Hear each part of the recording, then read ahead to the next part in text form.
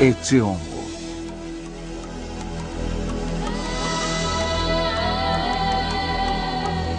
O Sagrado.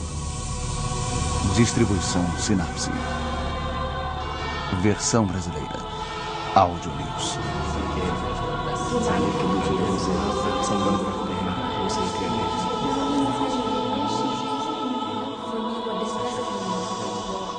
Para mim, a vida é o que há de mais sagrado.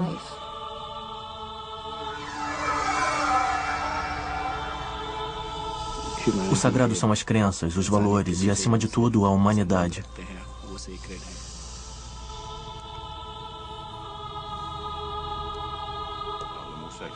Para mim, o que há de mais sagrado é minha família.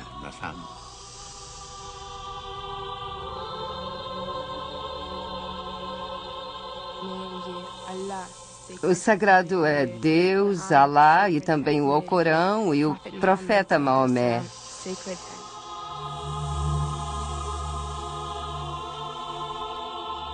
Desde o nascimento da civilização, o ser humano busca compreender a dimensão do sagrado e até mesmo ter controle sobre ele.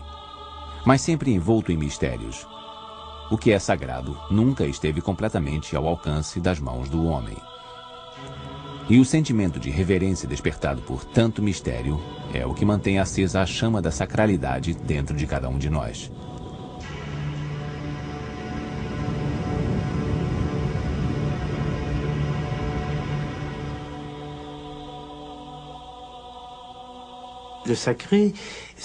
O sagrado é, acima de tudo, uma palavra. É um termo que define experiências que nem todas as pessoas consideram que sejam sagradas.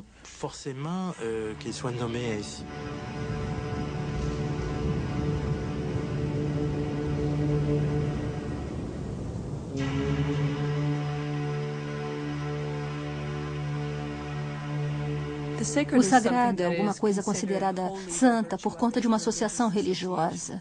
É um elemento especial sacrossanto ou considerado inviolável. Pode ser uma pessoa, um lugar, um objeto. Todas essas coisas podem ser consideradas sagradas.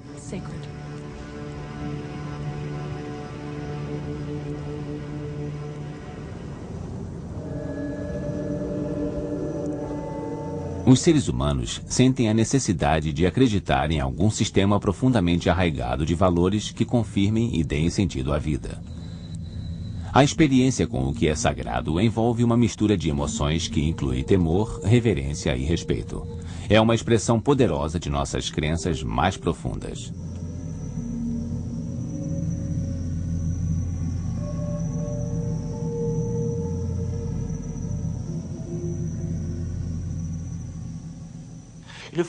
É importante lembrar que o conceito de sagrado envolve também um lado desconfortável. A exaltação e a veneração muitas vezes são acompanhadas por um sentimento de pavor. Para lidar com esse lado mais sombrio da experiência do sagrado, o ser humano precisou lhe dar uma forma mais familiar. Pode ser um Deus, uma igreja, uma doutrina ou um personagem histórico.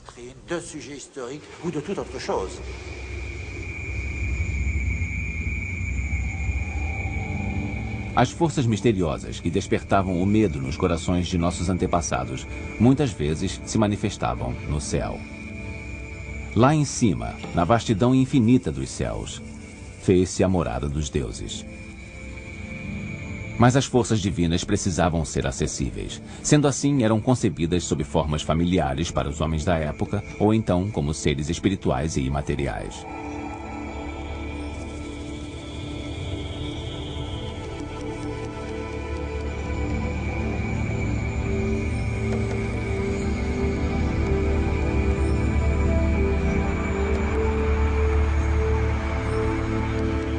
Essa personificação das forças divinas estreitou os laços entre céus e terras. Agora, o homem tinha a possibilidade de entrar em comunhão com o sobrenatural. Foram elaborados mitos que usavam símbolos reconhecidos e partilhados por todos os membros da comunidade.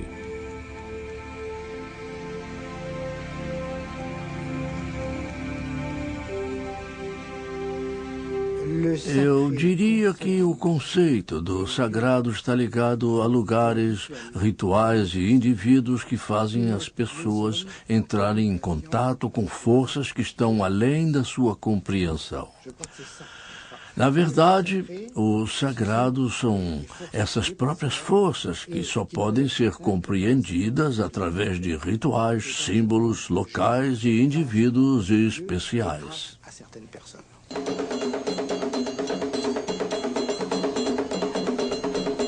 Desde a pré-história, as sociedades humanas se organizam em torno de conjuntos de valores sagrados. Muitas vezes, tais valores surgem em associação à figura de determinados deuses. Esse é o sagrado sob a forma de religião. Mas os valores podem se estruturar em torno de certos indivíduos, ideais ou mesmo de objetos inanimados. Trata-se do sagrado na sua forma mais profana ou secular. Qualquer que seja a forma, o conceito do que é sagrado tem sempre a mesma função: dar um sentido irrefutável à existência de todas as coisas. E por que precisamos dar sentido às coisas? Podemos encontrar resposta para essa questão nas primeiras tentativas da humanidade para entrar em contato com o sagrado, quando ela se sentia ao mesmo tempo apavorada e fascinada diante do poder da natureza. O fogo dos céus.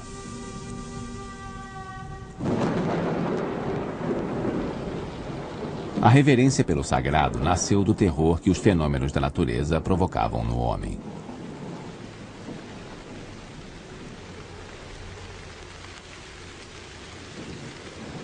Mas a natureza também tinha mecanismos bastante previsíveis ao mesmo tempo.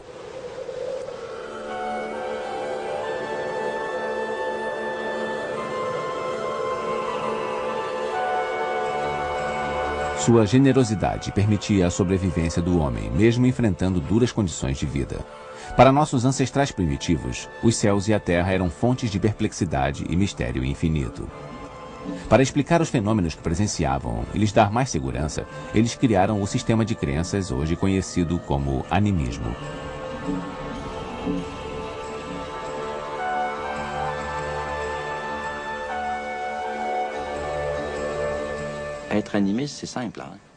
O animismo é bem simples.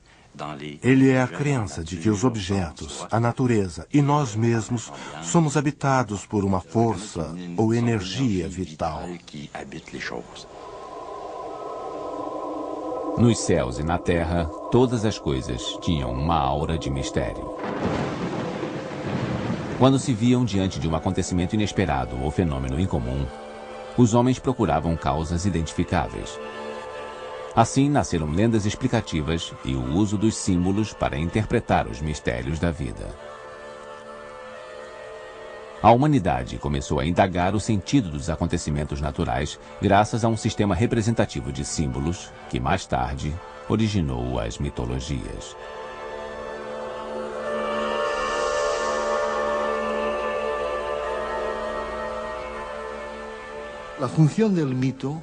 A função dos mitos é fornecer respostas claras às questões fundamentais do homem. De onde viemos? Para onde vamos? Quem somos nós? Quais devem ser os nossos valores? Como devemos levar as nossas vidas? Nos mitos temos as respostas.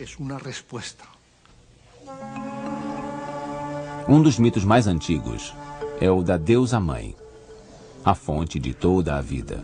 Desde tempos muito antigos, a sua imagem se tornou um objeto popular de veneração religiosa. Pequenas estátuas da deusa mãe foram encontradas pelo mundo inteiro.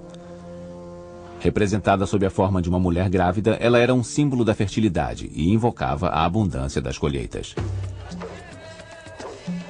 À medida que a natureza começou a ser mais compreendida e que seus segredos foram desvendados pelo homem, ele pôde reproduzir alguns de seus fenômenos.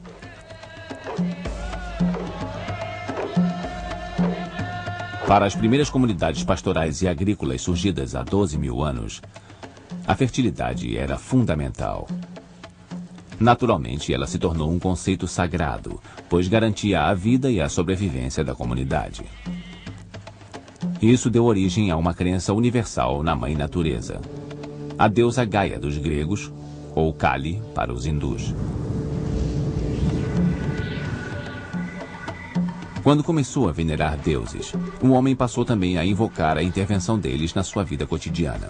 Isso era feito através dos rituais ou conjuntos de procedimentos determinados para obter favores de uma divindade em particular. A dança e diversas formas de celebração ganharam o status de poder conjurar as forças sobrenaturais.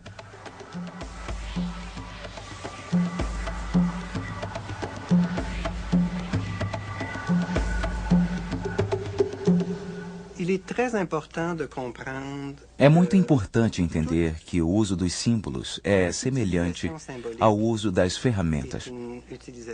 Assim como eu posso usar uma vara para tocar alguma coisa que está fora do alcance da minha mão, posso usar símbolos para ter contato com realidades que, sem eles, seriam inatingíveis. Em todas as culturas, ao longo de toda a história, fogo e água sempre foram usados em abundância nos ritos preparados para mediar a relação entre o homem e os deuses. Considerados sagrados, esses dois elementos da natureza ganharam profundo significado simbólico.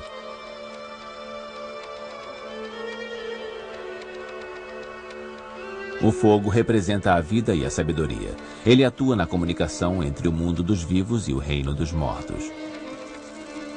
A água é fonte de vida, um elemento de purificação que tem em si o poder de santificar. O início de cada estágio na vida de uma pessoa costuma ser marcado por rituais. Eles realçam a importância da passagem de uma condição à seguinte, seja no momento do nascimento, do casamento ou da morte.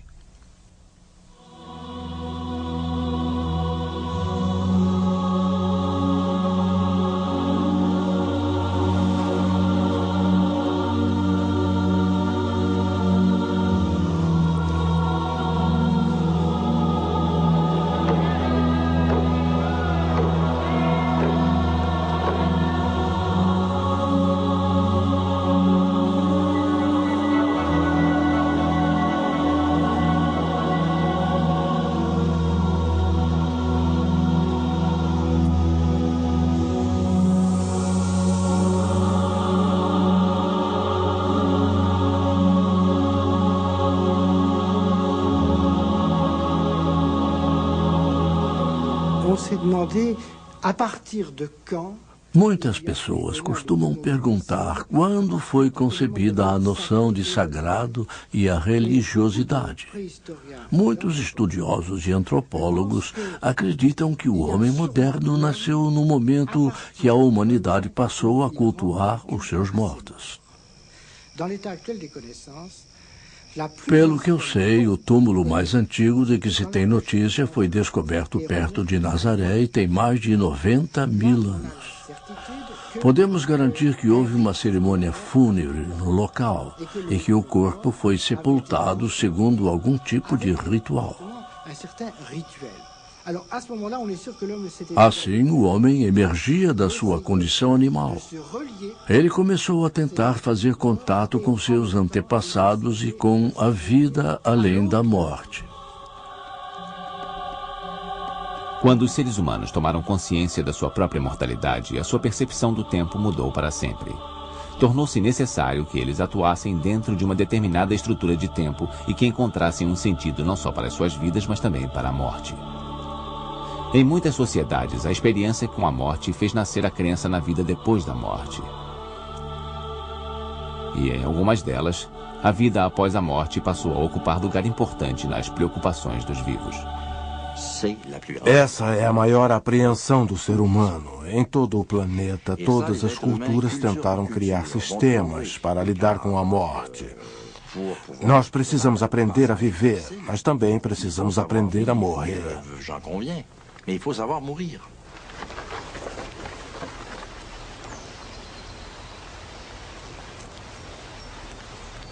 No ato de preparar seus mortos para a jornada além da vida, homens e mulheres começam a refletir sobre a ideia da sua própria mortalidade. É como se a morte fosse a obsessão primordial do homem. Vidas inteiras são gastas tentando esquecer a morte e falando sobre ela. Nós nascemos da morte e retornamos a ela. O estágio anterior à vida é uma espécie de morte. Sendo assim, passaremos a maior parte da eternidade no estado de morte. A vida é um mero piscar de olhos. É uma fagulha que pode se apagar facilmente.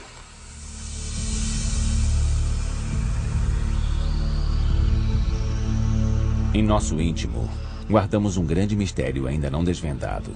Quem somos? De onde viemos? Qual será o nosso destino? A partir dessas três questões, o homem reflete em busca de respostas e fundamenta sua necessidade pelo sagrado. O fogo universal. Nossa busca pelo sentido da vida nos levou a criar sistemas de referências imutáveis e atemporais. Tribos, nações e todas as comunidades tendem a escolher suas referências entre personalidades conhecidas, objetos, eventos, regras e lugares. O objetivo dessa escolha é organizar a dimensão do sagrado e torná-la tangível.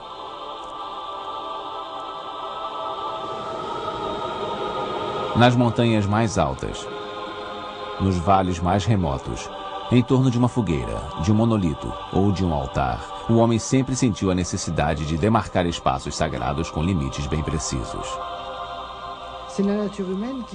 O ser humano sente necessidade de fugir da monotonia da sua vida cotidiana. É por isso que os locais sagrados ficam fora dos domínios da vida comum. Associados à divindade, eles ocupam uma categoria própria e separada da realidade ordinária.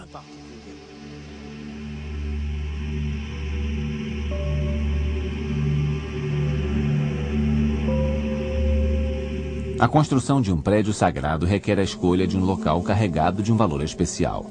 Um lugar que, em si, contenha qualidades sagradas. Um bom exemplo disso é o Domo do Rochedo, a primeira expressão da arquitetura sagrada dos muçulmanos. O templo foi construído para abrigar o rochedo a partir do qual o profeta Maomé subiu aos céus. Depois de escolherem locais sagrados entre os criados pela natureza, os homens desenvolveram a ideia de erguer prédios para honrar os seus deuses. E logo, todas as civilizações estavam erguendo monumentos projetados para despertar sentimentos de temor e reverência.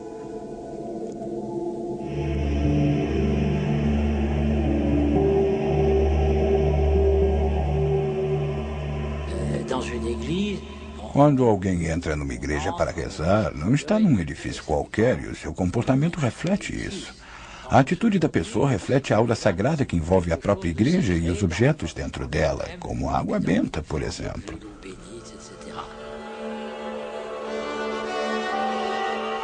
Os monumentos sagrados eram construídos segundo técnicas precisas, muitas vezes apoiadas nos princípios da geometria e astronomia. Em certas culturas, o local escolhido para a construção de uma casa, um palácio, um túmulo ou até de uma cidade inteira dependia de um estudo sobre a localização das árvores e massas de água ou da topografia do terreno. Essa prática, chamada pelos chineses de Feng Shui, ainda é um aspecto importante da cultura oriental e serve para afastar forças negativas e atrair influências favoráveis.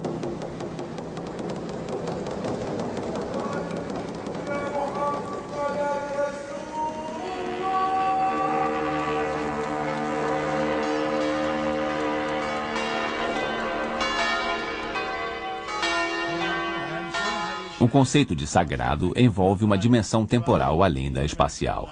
O ser humano precisa criar pontos de referência ao longo de uma linha de tempo para entrar em sintonia com os mistérios do universo. Existem momentos para a meditação, momentos para a celebração,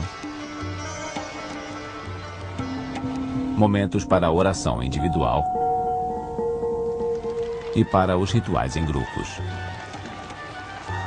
Existem momentos para a alegria e momentos para o pesar. Tais momentos de grande emoção alimentam a chama sagrada que arde no peito de cada um de nós. Eles nos chamam a atenção para os momentos importantes de nossas vidas. Cerimônias e celebrações religiosas existem no mundo inteiro. Elas são usadas para marcar momentos importantes da vida da comunidade e têm uma importância vital para garantir a coesão social. Para grupos de cristãos, a missa e a comunhão relembram a última ceia de Cristo. Para os judeus, a leitura solene do Torá relembra o momento em que Moisés recebeu as tábuas da lei das mãos de Deus e retornou do Monte Sinai. O Eid el-Adha, ou o banquete do sacrifício, é a cerimônia na qual os muçulmanos matam um cordeiro para recordar o sacrifício de Abraão. Se entendermos a dimensão do sagrado como uma coisa separada da realidade cotidiana, podemos dizer que ela se manifesta durante as situações rituais. Os ritos, como os mitos, evocam uma noção de tempo bem diferente do tempo linear, cronológico e finito. O tempo ritual é regenerativo, eterno e cíclico. É o que pode ser chamado de tempo atemporal. Muitas formas de recriação simbólica utilizam a dança, o teatro, a pintura ou a escultura.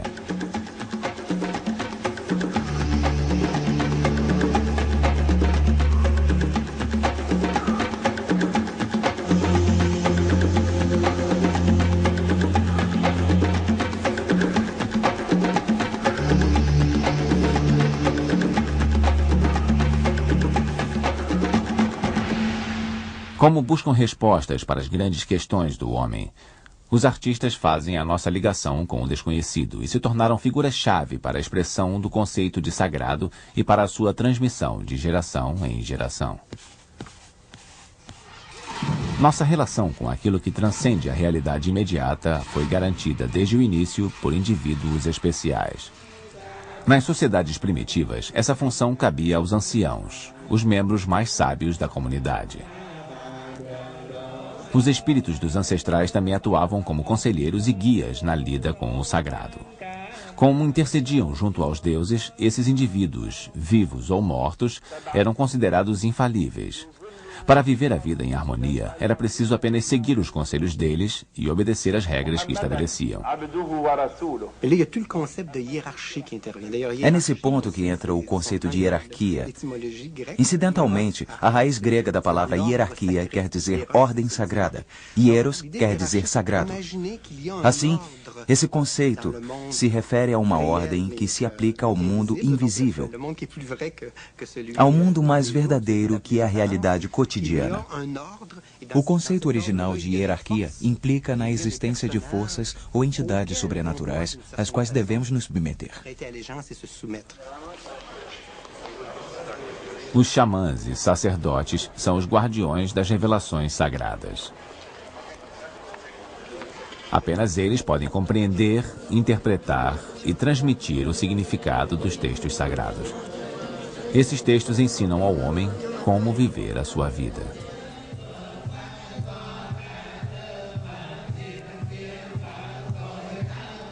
Os ensinamentos de Buda incluem 8 princípios de comportamento, como: dê ao próximo o que ele mais estiver precisando. Fale sempre com mansidão. E Deus disse: não deveis adorar a outros deuses além de mim. Honrai o vosso pai e a vossa mãe. Nas palavras de Maomé: o seu Deus é o único Deus. Não existe. Segundo a Declaração Universal dos Direitos Humanos, toda pessoa nasce livre em igualdade de dignidade e direitos. Toda pessoa tem direito à vida, liberdade e segurança.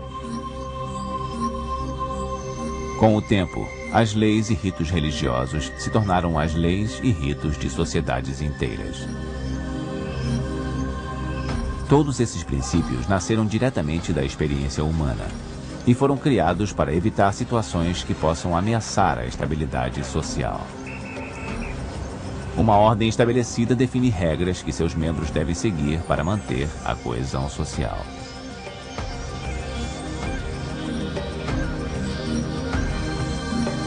A transgressão de tais regras implica em penalidades. A danação, a excomunhão, o vazio, e a exclusão do reino dos céus são apenas alguns dos castigos possíveis dentro do contexto de uma sociedade religiosa. Num contexto secular, a punição pode ser o encarceramento. E no caso dos crimes mais graves, a execução. Será que é possível existirem preceitos morais sem a crença em uma realidade além da realidade cotidiana? Por que eu me comportaria de uma forma moralmente aceitável se eu posso ser um perfeito egoísta? Pode-se dizer que é da natureza humana, ou que é uma tradição. Mas o que faz com que eu tenha alguma preocupação com o resto da humanidade? Por que eu me importo? Em um certo ponto, o ser humano chega a um impasse. Ele precisa de uma afirmação absoluta que não possa ser questionada ou entrará numa discussão com ramificações infindáveis. Isso era o que dizia Aristóteles. Transgressão.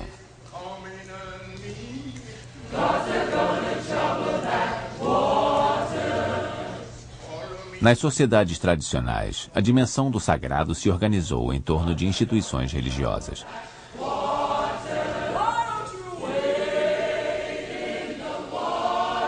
Ritos como esse, locais, regras e cerimônias forneciam pontos de referência para a conduta individual e para o comportamento coletivo.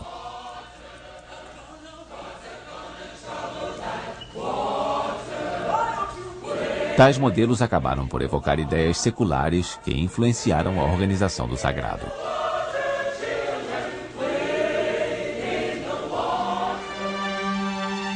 A democracia, o capitalismo, o comunismo, todos esses sistemas partiram de modelos religiosos.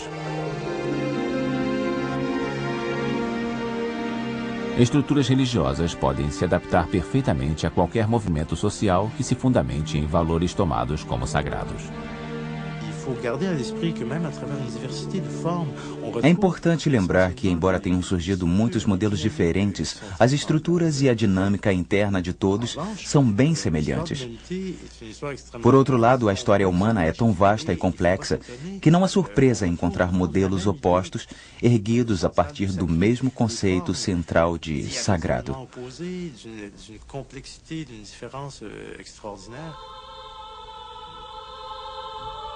Religiosa ou secular, a organização do sagrado é feita de modo a permitir que as sociedades estabeleçam metas em comum.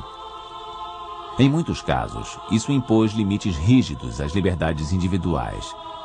E muitas vezes não é aceitável questionar a ordem estabelecida. Certos indivíduos, insatisfeitos com os limites impostos a eles, se revoltam contra dogmas, leis e valores. Fazendo isso, eles transgridem a ordem sagrada. Às vezes, as próprias instituições encorajam a transgressão.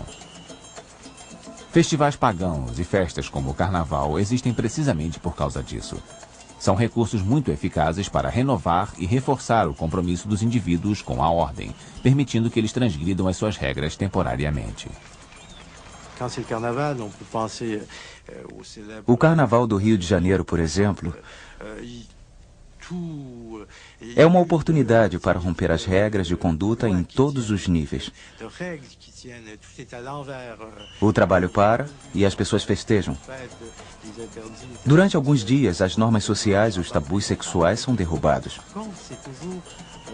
Mas o mais importante nesses excessos é o fato deles permitirem aos participantes renovarem suas energias e a sua fé na vida, através da impressão de que tiveram um contato direto com o sagrado.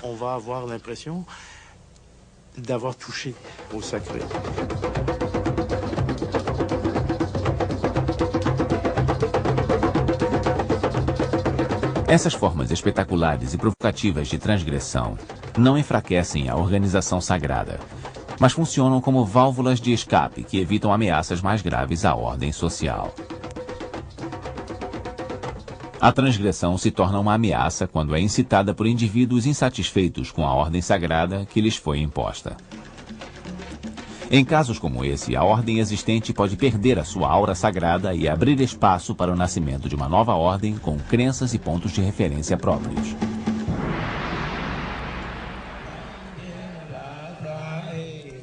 Um caso que pode servir de exemplo é o do budismo. Essa religião se formou em torno de um homem, Siddhartha Gautama, conhecido como Buda, ou o Iluminado. Nascido na Índia entre os anos 520 e 480 a.C., o Buda foi a origem de um novo sistema de crenças. Insatisfeito com a crença hindu na reencarnação, ele dedicou-se a reexaminar essa ideia do eterno ciclo do nascimento, morte e renascimento. Segundo o Buda, era possível quebrar a cadeia infinita de reencarnações e atingir o estágio supremo de evolução, ou Nirvana. Assim nasceu o budismo, trazendo um novo sistema sagrado de referências que Buda passou toda a sua vida adulta ensinando. Esse tipo de ruptura é sempre traumático para qualquer sociedade, pois pode abalar os fundamentos das instituições sagradas. Foi o que aconteceu na Alemanha em 1517, quando o monge Martinho Lutero começou a questionar determinadas práticas da igreja, principalmente a venda de indulgências. Aos pecadores que comprassem as indulgências era prometida uma estadia mais curta no purgatório. Para Lutero, apenas a fé poderia garantir a salvação, e não o dinheiro. Ele acreditava que as autoridades eclesiásticas estavam interpretando de maneira errada os textos bíblicos e que as Sagradas Escrituras deveriam ser lidas e compreendidas pelos próprios fiéis. Iniciada por Lutero, a reforma protestante diminuiu o domínio da Igreja de Roma sobre o norte europeu e acabou causando conflitos longos e violentos entre protestantes e católicos. A reforma religiosa teve uma importância vital para abrir caminho para outras mudanças. A aura sagrada da ordem estabelecida estava desaparecendo. Agora era possível questionar valores tradicionalmente sagrados. Primeiramente, através da ciência. Poucos anos depois da ruptura de Lutero com a Igreja, foi a vez do astrônomo polonês Nicolau Copérnico se manifestar. Copérnico demonstrou que a Terra não ocupava o centro do universo, mas que era apenas mais um entre vários outros planetas que giravam em redor do Sol. Indiretamente, a teoria de Copérnico ameaçava o princípio religioso que colocava o homem como centro da criação. Mas foi somente mais de um século depois, com as contribuições de Tycho Brahe, Kepler, Galileu e Isaac Newton, que a revolução iniciada por Copérnico foi concluída. Todos esses cientistas tiveram o seu papel para acelerar as transformações do conceito do sagrado. Eles buscavam novas respostas e, nesse processo, a influência do sagrado enfraqueceu gravemente. A razão e a observação eram o novo credo. Em 1859, o naturalista britânico Charles Darwin se tornou um ícone dessa nova era. Darwin acreditava que todas as espécies descendiam de um ancestral em comum. Isso incluía o homem, que supostamente fora criado à imagem e semelhança de Deus. A teoria de Darwin, sem dúvida, era uma das ameaças mais sérias já feitas à sagrada doutrina cristã. Depois de deixarem de ocupar o centro do universo e de terem todas as suas instituições postas em dúvida, os homens e mulheres agora se viam privados da sua origem divina. Todas essas tentativas de dessacralizar preceitos sagrados provocaram profundas mudanças de pensamento, e essas, por sua vez, levaram o homem a procurar novas maneiras de integrar a dimensão do sagrado em sua vida.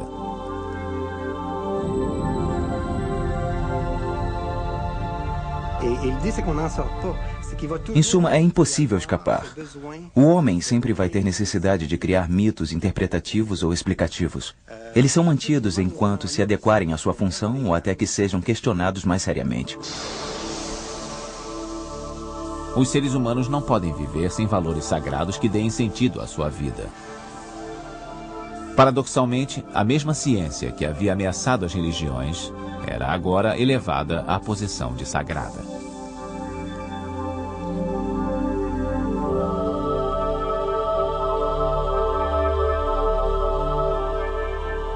Atiçando o fogo do progresso.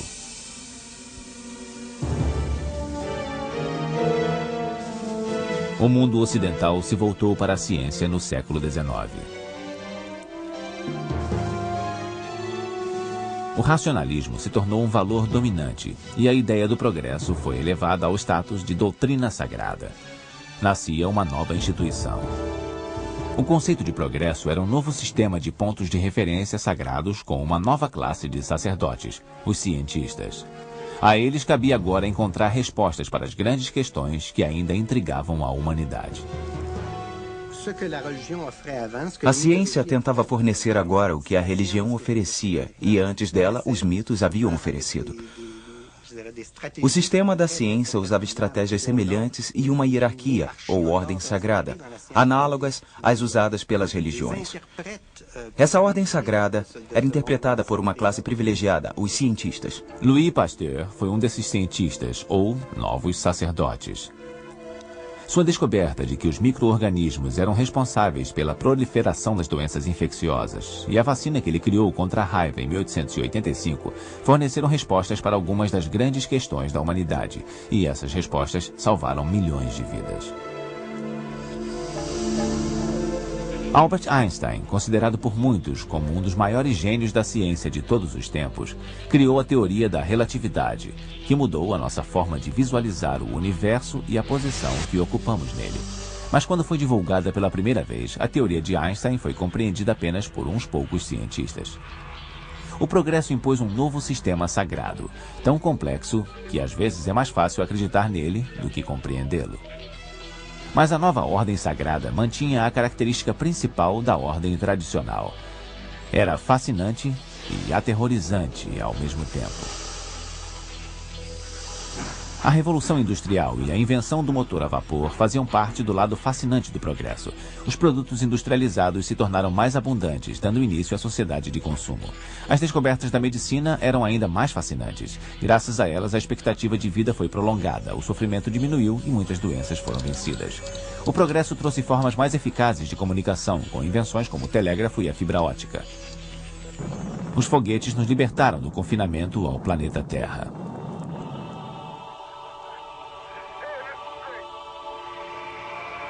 Mas por mais fascinante que seja o progresso, ele guarda um lado aterrorizante, que evoca poderes incríveis de destruição.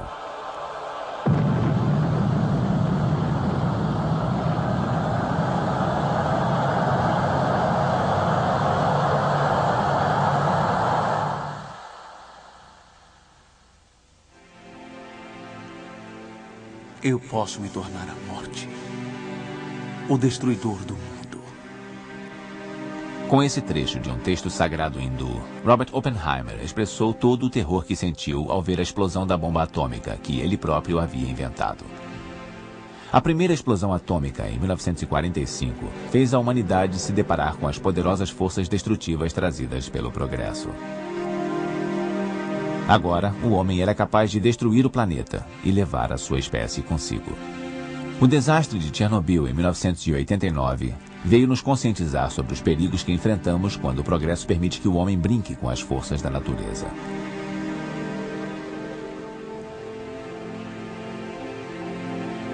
A poluição, outro efeito colateral do progresso, diminui a capacidade que o planeta tem de manter a vida, ameaçando o equilíbrio tradicional entre o homem e a natureza.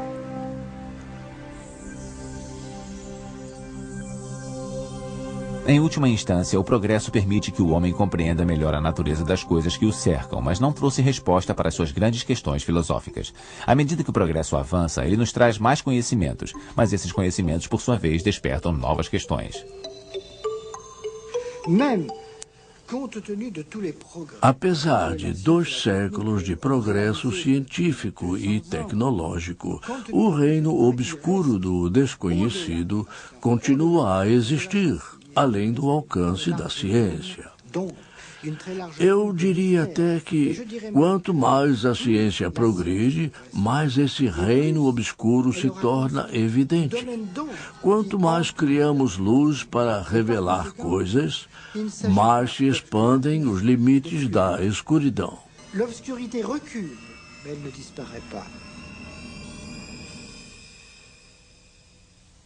Fogos de artifício.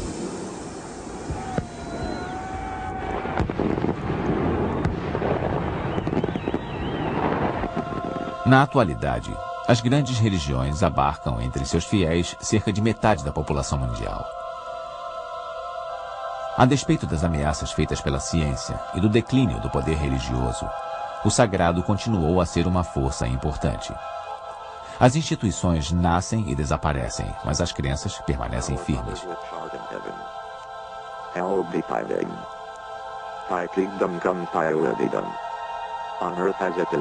Ao longo de toda a história, em todas as culturas, a necessidade de acreditar em algo transcendental se manifestou incontestavelmente sob as mais variadas formas.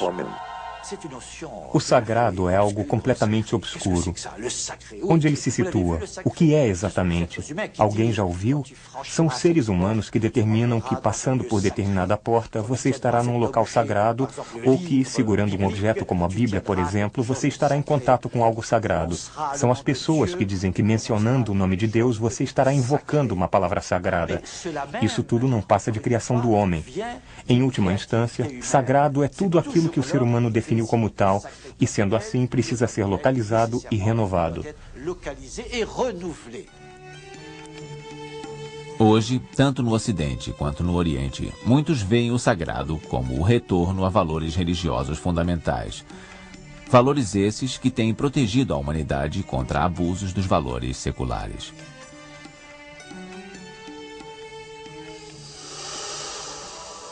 Outros acreditam que a busca pelo sagrado deve ser uma jornada solitária. Para esses, a transcendência e a superação do ego só podem ser obtidas através da introspecção. Não temos mais uma visão imposta pelas instituições ou pela comunidade. Agora cabe a cada pessoa buscar suas respostas individualmente.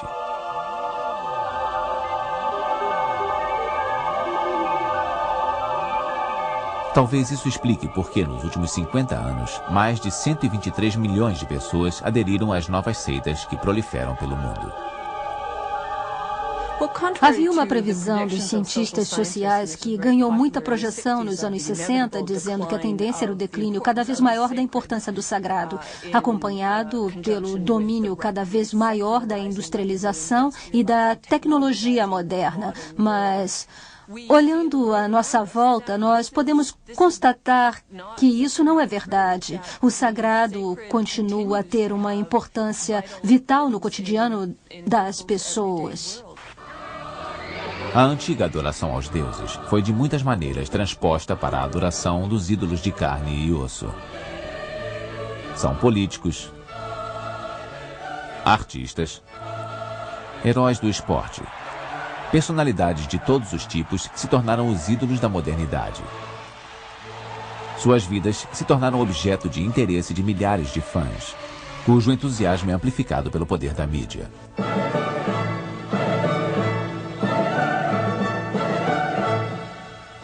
Outra crença da modernidade foi disseminada pelos ecologistas, que veem o planeta Terra como um ser vivo. Segundo a visão deles, o planeta reage de forma tangível tanto às agressões que infligimos quanto aos esforços feitos para reparar os danos. Essa nova forma de animismo é uma volta aos primórdios da noção de sagrado e aos valores dos nossos ancestrais primitivos. Ela é um produto da angústia que muitas pessoas sentem diante dos recentes desastres ecológicos. A mesma angústia que está gerando uma nova solidariedade entre o homem e a natureza.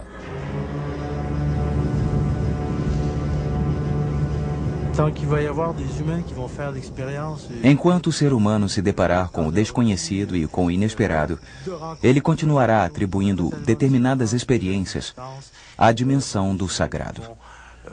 Essayer de nommer une expérience du sacré.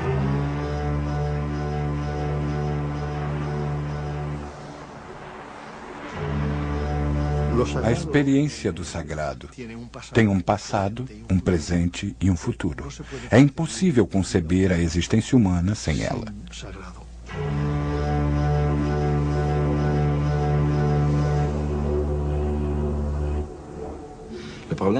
O grande desafio do século será de natureza espiritual. A própria espiritualidade do ser humano está ameaçada. As pessoas estão buscando desesperadamente um sentido para suas vidas. E são 6 bilhões de pessoas dedicadas a essa busca que é humana. A dimensão do sagrado sempre existiu para dar esse sentido, e em última instância, ela pode ser comparada à sabedoria. Enquanto o ser humano se depara com o desconhecido e com o inesperado, ele continuará atribuindo determinadas experiências à dimensão do sagrado. Agora cabe a cada pessoa buscar suas respostas individualmente. Outra crença da modernidade foi disseminada pelos ecologistas, que veem o planeta Terra como um ser vivo. Segundo a visão deles, o planeta Terra